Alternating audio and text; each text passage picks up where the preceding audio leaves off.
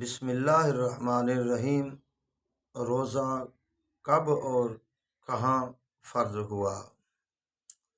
روزوں کا حکم، روزوں کی فرضیت کا حکم امت محمدیہ صلی اللہ علیہ وآلہ وسلم پر کب ہوا اور کہاں ہوا؟ آئیے میرے بھائیوں، میں آپ کے سامنے کچھ معلومات رکھنا چاہتا ہوں، کیونکہ رمضان المبارک کا اب سیزن قریب ہے۔ رمضان المبارک کی رحمتیں اور برکتیں قریب آ رہی ہیں۔ نبی کریم صلی اللہ علیہ وآلہ وسلم نبوت ملنے کے بعد 13 سال تک مکہ معظمہ ہی میں لوگوں کو خدا پاک کا حکم سناتے اور تبلیغ فرمایا کرتے تھے۔ بہت زمانے تک سوائے ایمان لانے اور بت پرستی چھوڑنے کے علاوہ کوئی دوسرا حکم نہ تھا۔ پھر آہستہ آہستہ اللہ کے یہاں سے احکام آنے شروع ہوئے۔ اسلام کے ارکان میں سب سے پہلے نماز فرض ہوئی۔ نماز کے بعد دوسرا حکم زکوٰۃ کا اللہ نے دیا، اور زکوٰۃ کے بعد تیسرا حکم اللہ رب العزت نے روزے کی فرضیت کا حکم دیا۔ روزہ ایک بہت بڑی عبادت ہے۔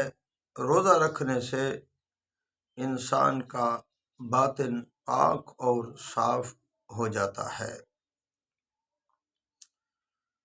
روزے کی تکلیف چونکہ نفس پر شاق گزرتی تھی، اس لیے اس کی فرضیت کا حکم تیسرے درجے پر رکھا گیا تاکہ لوگوں کی عادت پڑ جائے۔ اس سے پہلے یوم عاشورہ یعنی 10 محرم الحرام کا روزہ فرض تھا۔ ایک روزہ 10 محرم الحرام کا فرض تھا، تو جب رمضان المبارک کے روزوں کی فرضیت کا حکم اللہ رب العزت نے دیا تو عاشورے کی اس روزے کی فرضیت کا حکم ختم ہو گیا۔ شروع سے روزے کے اندر اتنا سہولت اور رعایت تھی کہ جس کا جی چاہے روزہ رکھ لے، اور جو چاہے ایک روزے کے بدلے کسی غریب کو ایک دن کا کھانا کھلا دے۔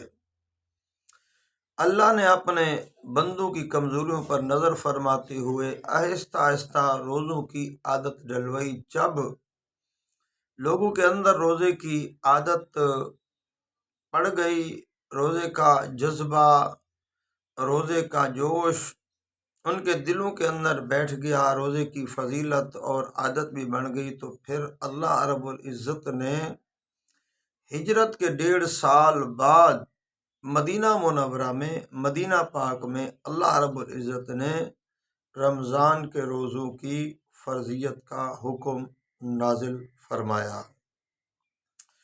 تو باقی جتنے بھی روزے تھے اب وہ فرض نہیں رہے، کیونکہ رمضان کے روزوں کا حکم اللہ نے قرآن پاک کے اندر دیا۔ اس کا ثبوت قرآن اور احادیث مبارکہ کے اندر ہے۔